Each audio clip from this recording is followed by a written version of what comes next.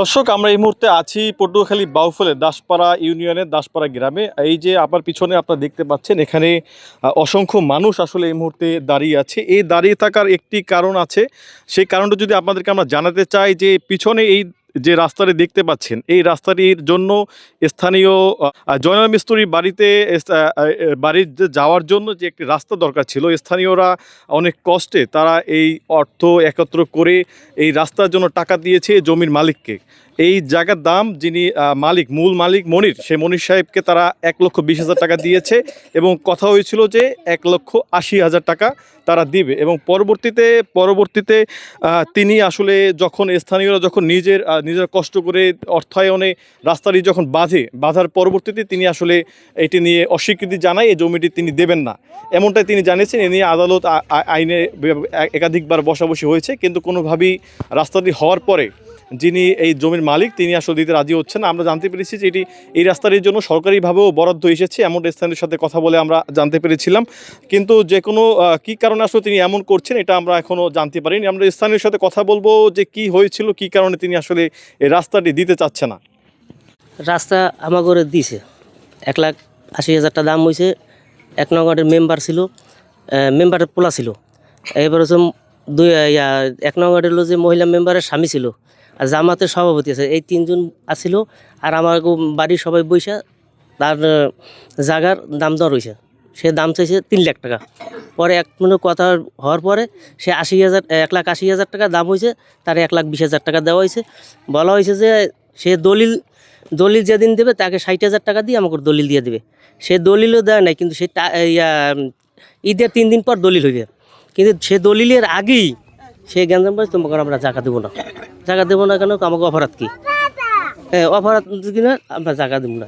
এই জন্য হেরা থানা কাছারি এটা সেইটা আমাকে বিভিন্ন ভয় দিয়েছে, পুলিশ টুলিশ আইনে ঠিক আছে আমাকে বিভিন্ন ভয় বাদি দেখাইছে। আমরা কিছুই বলিনি, আমরা আইনের আশ্রয় আর এলাকাবাসী যারা আছে সবাইকে নিয়ে আমরা আসছি। এখন এটা সমাধান যেইটা এইটাই করবেন। জি দর্শক, আমরা শুনছিলাম একজন স্থানীয় কথা, যিনি প্রতিনিয়ত এই রাস্তাটি দিয়ে আসা যাওয়ার জন্য স্বপ্ন দেখছিলেন, কিন্তু এই বিরোধটির কারণে এই স্বপ্নটি তাদের ভেঙে গিয়েছে। এবং তারা বলছিলেন যে এটা নিয়ে তারা সমাধানের চেষ্টা করেছেন এবং অর্থও তারা দিয়েছিলেন, কিন্তু শেষ পর্যন্ত সেটি তিনি মানতে নারাজ হয়েছেন। আমরা স্থানীয়ভাবে জানতে পেরেছি যে এই রাস্তাটি দিয়ে প্রতিদিন অসংখ্য শিক্ষার্থীরা আসলে যাতায়াত করেন এবং এই রাস্তাটি ছাড়া বিকল্প কোনো রাস্তা না থাকায় তারা এখনও স্বপ্ন দেখছেন এই রাস্তাটি দিয়ে আসা যাওয়ার জন্য। এবং বিকল্প অন্য পথ দিয়ে যখন যেতে হয় তাদের অনেকটা পথ ঘুরে যেতে হয়, যার কারণে তাদের অনেকটা বিপাকে পড়তে হয়, অনেকগুলো বাড়ি পার হতে হয়। তারাও আসলে এগুলো পছন্দ করে না, গ্রাম অঞ্চলে এগুলো নিয়ে একটু আলোচনা সমালোচনা থাকে, যার কারণে তারা নিজেরা অর্থায়নে এই জায়গাটুকু নিয়েছিলেন, এই রাস্তা দিয়ে নিজেদের বাড়িতে আসা যাওয়া করবেন, এমনটাই তাদের স্বপ্ন ছিল। এবং নিজেরা এই যে দেখতে পাচ্ছেন, যদি দেখাই যে নিজেরা এখান থেকে পাশে মাটি কেটে তারা এখানে রাস্তা বেঁধেছে এবং সেই রাস্তা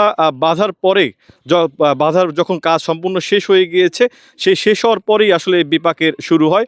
জমির মালিক যিনি আছেন, সেই জমির মালিক এখানে যাতে চলাচল করতে না পারে সেজন্য নেটের মাধ্যমে একদম এই অস্থায়ীভাবে হলেও একটি বাধা তৈরি করে দিয়েছে, যাতে এখান থেকে কেউ প্রবেশ করতে না পারে। আমরা একটু এখানে যারা আছে বাচ্চারা, আমরা একটু তাদের সাথে কথা বলতে চাই। আসলে এই রাস্তাটি নিয়ে আসলে তারা কি চিন্তা করেছিল? আচ্ছা, একটু আপু বলেন তো যে রাস্তাটা আপনাদের কি জন্য দরকার?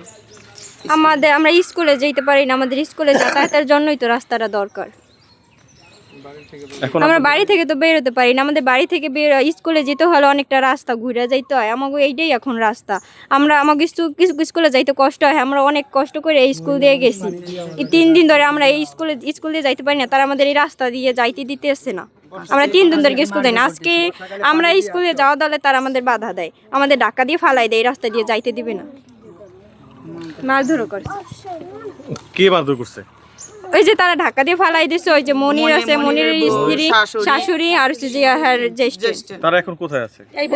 ওই বাসায় আছে। এই প্রতিবন্ধী ইয়েটারও ফালাই এই ওরও ফালাই দিছে, প্রতিবন্ধী এই 2 বাচ্চারও ফালাই দিছে, ওরা মাদ্রাসায় পড়ে। কি ফালাইছে? মনিরের বউ, মানে ওই প্রতিবন্ধী মনিরের বউ, এই পর্যন্তই বলতে পারে। দর্শক, আমরা আসলে শুনছিলাম এখানকার ভুক্তভোগী মানুষের কথা। তারা বলছিলেন যে তাদেরকে তারা আসলে কতটা ভুক্তভোগী এই শুধুমাত্র একটি রাস্তার জন্য, যে তারা নির্যাতনের শিকার হয়েছেন এই রাস্তাটির জন্য, এমনটাই তারা বলছিলেন। আসলে আমরা এটি প্রশাসনের দৃষ্টি আকর্ষণ করছি, যাতে এটি একটি স্থায়ী সমাধান হয়, যাতে এই সব শিক্ষার্থীরা স্কুলে যেতে পারেন। এবং আমাদের শিক্ষার্থীরা অভিযোগ করেছেন এই রাস্তাটি না থাকার কারণে তারা 3 দিন ধরে স্কুলে যেতে পারেনি। এই ছিল পটুয়াখালী বাউফল থেকে সর্বশেষ।